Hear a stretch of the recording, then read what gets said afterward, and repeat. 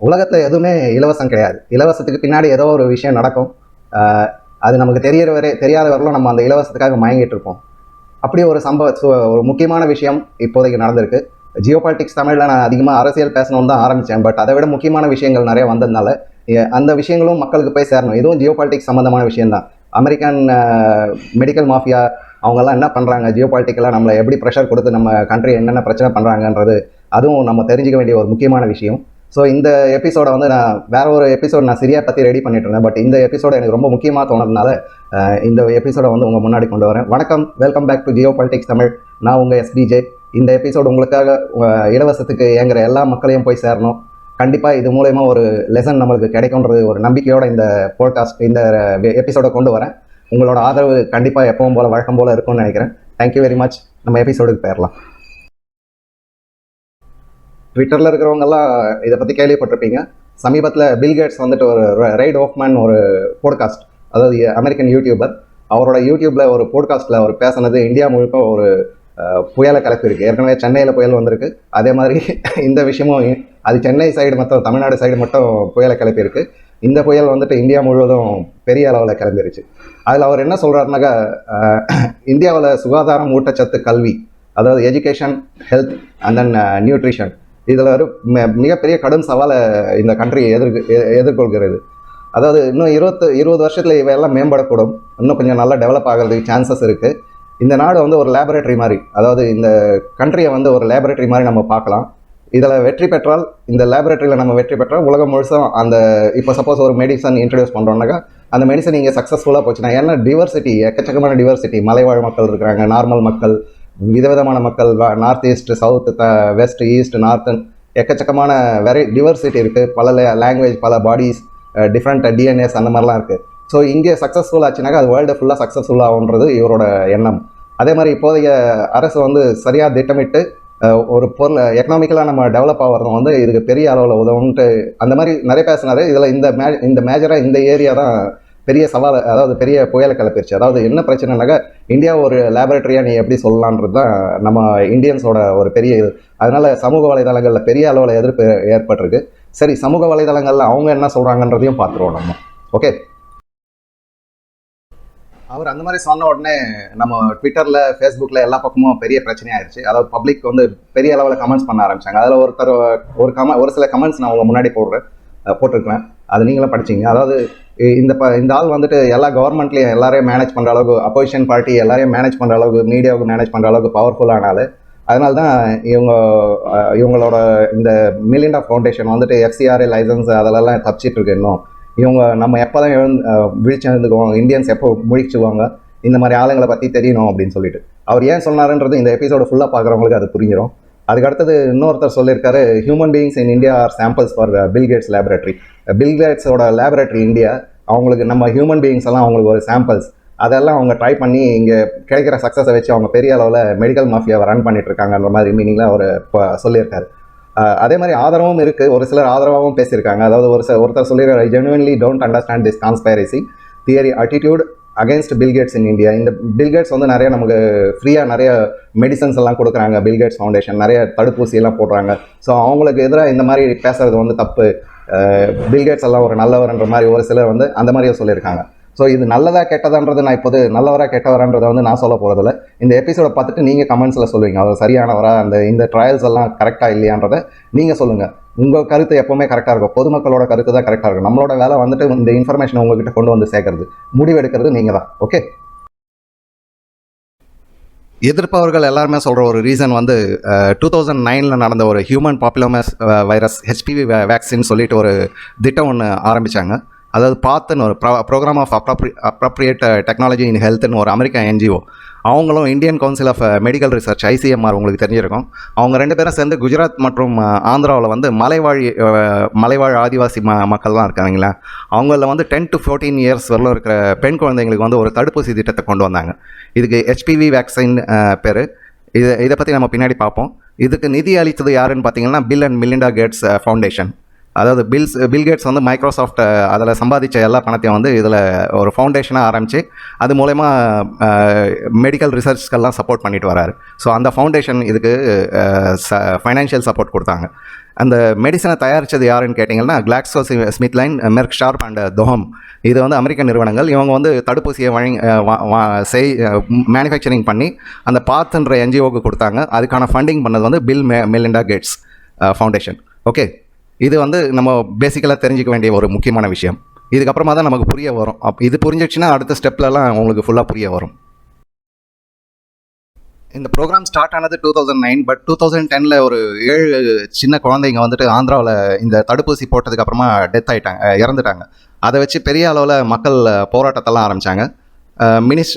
Civil society அமைப்பு வந்து இதை எதிர்த்து உயர்நீதிமன்றத்தில் ஒரு பிஐஎல் போட்டிருந்தாங்க, வழக்கு போட்டிருந்தாங்க. So ministry of health and family welfare, central கவர்மெண்ட்டோட மினிஸ்ட்ரி வந்துட்டு இதை 2010 இதை வந்து இமீடியட்டாக பேன் பண்ணி அதாவது ஸ்டாப் பண்ணிட்டாங்க. அந்த ப்ரோக்ராமை ஸ்டாப் பண்ணிவிட்டு அதுக்கப்புறமா ஆஸ் பர் ஹைகோர்ட் உத்தரவுப்படி சுப்ரீம் கோர்ட் உத்தரவுப்படி ஒரு குழு அமைச்சாங்க, நாடாளுமன்ற குழு. அவங்க பார்லிமெண்ட்ரி குழு சொல்லுவாங்க, அது அவங்க நியமித்தாங்க. அந்த குழு வந்து 1 இயர் இதோட ஃபுல்லாக வெரிஃபை பண்ணிவிட்டு அவங்க ஒரு அறிக்கையை வெளியிட்டாங்க. அந்த அறிக்கை வெளியானப்போ மேபி நம்மளுக்கெல்லாம் தெரியல, அந்தளவுக்கு சோஷியல் மீடியா அந்த டைமில் இல்லை. ஈவன் நம்ம மீடியாஸ் எல்லாம் அதை பற்றி அதிகமாக நமக்கு தெரிய வைக்கவும் இல்லை. ஏன்னா நம்ம மீடியாஸ் பற்றி தான் தெரியும், எந்தெந்த விஷயத்தை மறைக்கணுமோ அதை பர்ஃபெக்டாக மறைச்சிருவாங்க. ஸோ அப்படி மறைக்கப்பட்ட ஒரு முக்கியமான விஷயம் வேர்ல்டு ஃபுல்லாக இது பெரிய அளவில் பெரிய அதிர்ச்சியை உருவாக்குச்சு. இந்த மாதிரியெல்லாம் நடக்குதா அப்படின்ற மாதிரி ஒரு பெரிய அதிர்ச்சியை உருவாக்குச்சு. அப்படி என்ன தான் நடந்ததுன்றவங்களுக்கு இன்னும் கொஞ்சம் வெயிட் பண்ணுங்கள், உங்களுக்கு ஃபுல்லாக தெரிஞ்சிடும். ஓகே, HPV டிரான்ஸ்மிஷன் ப்ராஜெக்ட்ன்றது ஒரு அதாவது முறையற்ற உடல் உறவினால் ஏற்படும் நோய்களை குறித்த ஆராய்ச்சியில் இவங்களோட ஒரு திட்டம் என்னன்னாக்கா, ஒரு முன்னெச்சரிக்கையாக அட்வான்ஸ்டாக ஒரு தடுப்பூசியை போட்டால் இந்த நோய்கள்லாம் வராமல் இருக்குமான்றது தான் இந்த திட்டத்தோட முக்கிய நோக்கம். அது இல்லாமல் செர்விக்கல் கேன்சர்ஸ்ன்னு சொல்லுவாங்க, லேடிஸ்க்கெல்லாம் வர்றது, அதுவும் வந்து குறையிறதுக்கான வாய்ப்பு அதிகம். இந்த இன்ஜெக்ஷன் முன்னெச்சரிக்கையாக முன்னாடியே போட்டால், சின்ன வயசுலேருந்து போட்டுட்டா இதெல்லாம் வர்றதுக்கான சான்சஸ் கம்மியாக இருக்கும் அப்படின்னு சொல்லிட்டு இந்த பாத் அமைப்பினர் அவங்க வந்து ICMR கன்வின்ஸ் பண்ணி Indian medical council and research institute அவங்களும் வந்து இதில் ஜாயின் பண்ணி 2 பேரும் சேர்ந்து செஞ்ச ப்ராஜெக்ட் இது. ஸோ இது எல்லாத்தையுமே ஆராய்ச்சி செஞ்சது பாராளுமன்ற குழு. அதில் தான் அந்த பல அதிர்ச்சியான தகவல்கள் வெளியே வந்தது. அந்த அதிர்ச்சியான தகவல்கள் இதை கொஞ்சம் சொல்லிடுறேன். நான் ஏற்கனவே சொன்ன மாதிரி இது 2 இடத்துல நடந்தது. இந்த தடுப்பூசி போடுற ப்ராஜெக்ட் வந்து 2 ஸ்டேட்டில் பண்ணாங்க. ஒன்று வந்து ஆந்திரா, இன்னொன்று குஜராத். ஃபஸ்ட்டு நம்ம ஆந்திராவை பார்த்துருவோம். ஆந்திராவில் இந்த தடுப்பூசி வந்து ஒரு 9543 ஒப்புதல் ஃபார்ம், அது கன்சன்ட் ஃபார்ம்ஸ் சொல்லுவாங்க இல்லைங்களா, அந்த கன்சன்ட் ஃபார்ம்ஸ் எல்லாம் வெரிஃபை பண்ணாங்க. அதில் 1948 வந்து ஒருத்தரோட கைநாட்டே எல்லாத்துலேயுமே இருந்தது. அதாவது இவங்களோட ப்ராஜெக்ட் படி அவங்க எல்லாருக்கிட்டே தனித்தனியாக சைன் வாங்கணும், அவங்க கூட வந்து ஒரு சாட்சி கையெழுத்தும் வாங்கணும், அந்த குழந்தைங்களோட ஃபோட்டோஸ் வந்து அதில் கண்டிப்பாக இருக்கணும். அதுக்கு பின்னாடி அவங்கள அதை ஃபாலோ பண்ணணும், அவங்களுக்கு என்னென்ன எஃபெக்ட் ஆச்சுன்னு. இதுக்காக இந்த ஃபார்ம்ஸ் ரெடி பண்ணது. பட் அதில் 9543 இனிஷியலாக அவங்க செக் பண்ணதில் 1948 ஃபார்மில் ஒரே ஒருத்தரோட கைநாட்டே எல்லாத்துலேயுமே இருந்தது. இது ஒரு பெரிய லேக்கிங், அதாவது பெரிய பிரச்சனை, அது கண்டிப்பாக தப்பான ஒரு விஷயம். அது இல்லாமல் 2763 ஃபாரத்தில் ஹாஸ்டல் வார்டனுங்க கையெழுத்துட்ருக்குறாங்க. அதாவது ஒரே ஒரு வார்டனே ஒரு 100-150 அந்த மாதிரி சைன் பண்ணியிருக்காங்க சாட்சி கையெழுத்தில்.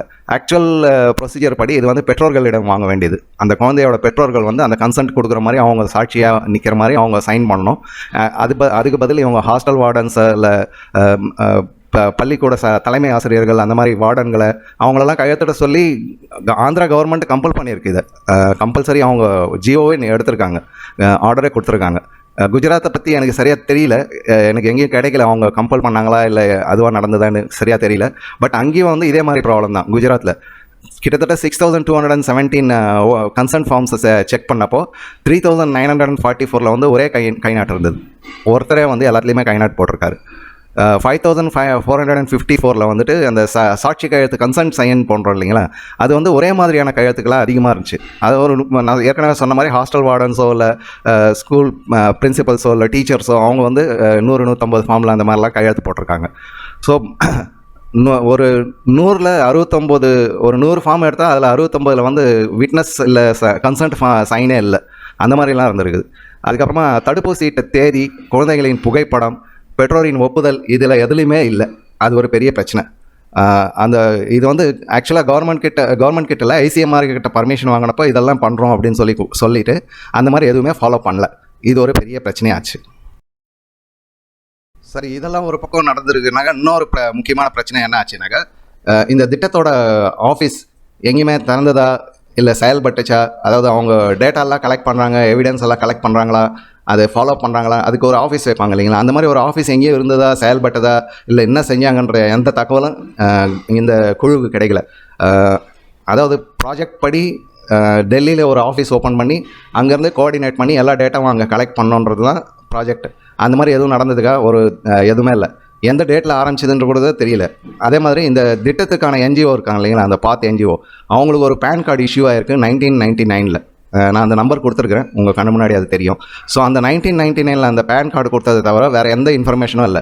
2010 வரலும் இந்த என்ஜிஓக்கு என்ன வருமானம் வந்துச்சு, இல்லை நிதி எங்கேருந்து வந்தது, அது குறித்து வருமான வரி ஆஃபீஸ்க்கு அவங்க இன்கம் டேக்ஸ் ஆஃபீஸ்க்கு ஆஃபீஸர்ஸ்க்கு அவங்க இன்ஃபர்மேஷன் எதுவுமே கொடுக்கவே இல்லை. அதே மாதிரி இன்னொரு விஷயம் ஹோம் மினிஸ்டர் இருக்கு இல்லைங்களா, அவங்கக்கிட்ட இந்த தடுப்பூசிக்கான எந்த அனுமதியும் இவங்க வாங்கலை. ஒன்லி ஐசிஎம்ஆர்ஏ ப்ளஸ் அந்த பாத் என்ஜிஓ இவங்க 2 பேருமே செஞ்சுருக்காங்க. இது ஹைலைட் ஆகாமல் இருக்கிறதுக்காக பர்டிகுலராக அந்த ஏரியாஸ் எல்லாம் செலக்ட் பண்ணியிருக்காங்க. அதிகமாக மலைவாழ் மக்கள் இருக்கிற இடம், பழங்குடியினர், இந்த விஷயம்லாம் அதிகமாக வெளியே வராதுன்றதுனால அந்த மாதிரி ஏரியாவாக செலக்ட் பண்ணி அந்த ஏரியாவில் இந்த ப்ராஜெக்டை நடத்தியிருக்காங்க. ஸோ இது ஒரு மேஜர் இஷ்யூ ஆயிடுச்சு அந்த டைமுக்கு. இந்த கேஸை முன்னெடுத்து நடத்துகிற ஒரு இந்தியர் அபினவ் அகர்வால்னு, அவரோட இன்ஃபர்மேஷன்ஸ் எல்லாமே நீங்கள் ட்விட்டரில் போய் பார்த்தீங்கன்னா கிடைச்சிரும். அவர் இதை பற்றி ஃபுல்லாக கம்ப்ளீட் ஸ்டடி பண்ணி இவர் தான் இந்த கேஸ் எல்லாம் மேனேஜ் பண்ணது. அந்த கேஸ் முடியும் போது 2011 10 முடியும் போது நீதிமன்றம் கிளியராக வெர்டிக் கொடுத்தாங்க, தீர்ப்பு வழங்கினாங்க. இந்த ப்ராஜெக்டில் எந்த தடுப்பூசி வழங்கினது தவறானது. அதே மாதிரி இந்தியன் கவர்மெண்ட்டில் எந்த ஒரு டிபார்ட்மெண்ட்லேயும் பர்மிஷன் வாங்காமல், அதாவது மினிஸ்ட்ரியில் எந்த பர்மிஷன் வாங்காமல் நடந்ததுன்றதை நீதிமன்றம் உறுதிப்படுத்தினாங்க. சரி, மாநில அரசு எப்படி இதை செஞ்சாங்கன்னாக்கா, அவங்களுக்கு என்ன பண்ணியிருக்காங்கன்னா, இது மத்திய அரசோட ஸ்பெஷல் ஸ்கீமு மருத்துவ கவுன்சில் மூலமாக நடக்குதுன்னு சொல்லி அவங்கக்கிட்ட சொல்லி அதுக்கான லெட்டர்ஸ் எல்லாம் ஐசிஎம்ஆர்ஏ கொடுத்துருக்கு. ஸோ ஐசிஎம்ஆர்ஏ கொடுக்கும்போது அவங்களுக்கு கொஞ்சம் டவுட் வரலாது.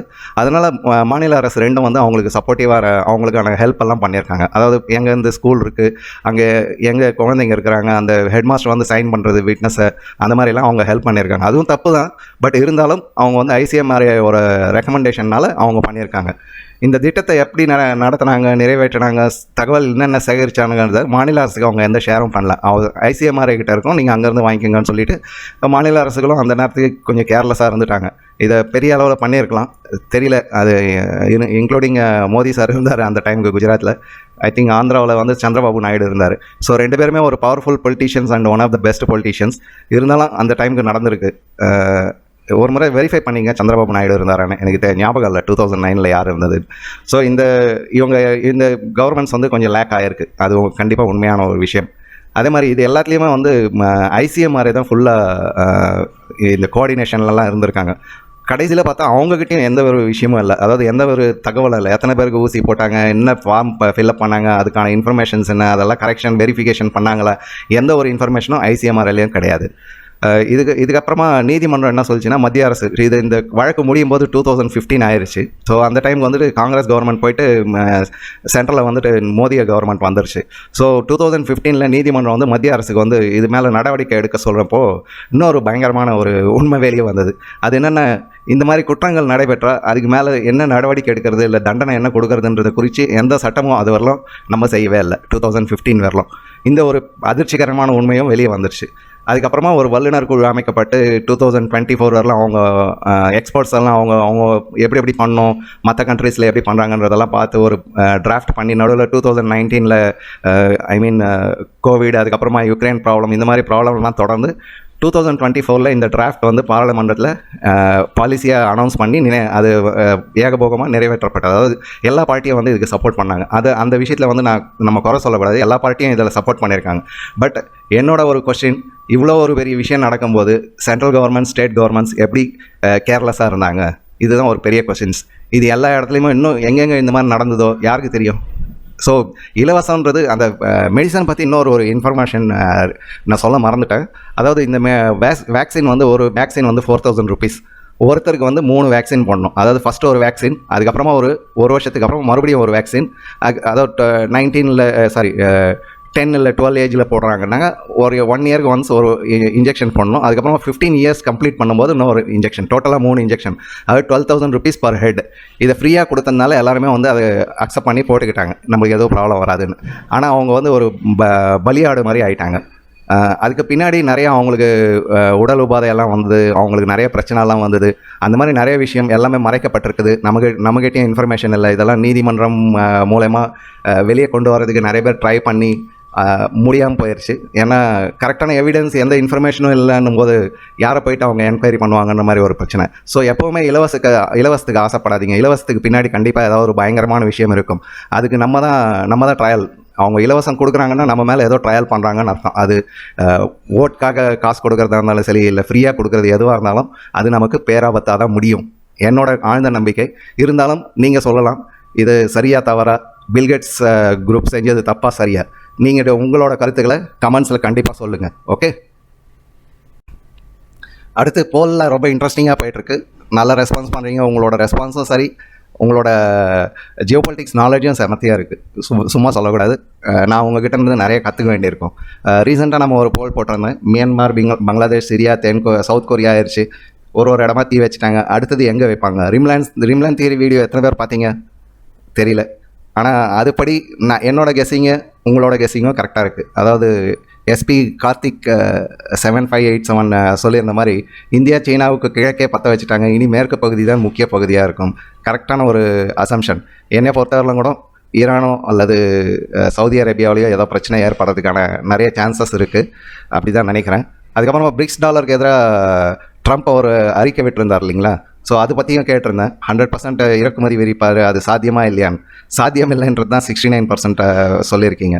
ஸோ அதுவும் ஒரு இன்ட்ரெஸ்டிங்கான போல். ஸோ வழக்கம் போல் ரொம்ப தேங்க்ஸ். நீங்கள் இதே மாதிரி தொடர்ந்து ஆதரவு அளிங்க.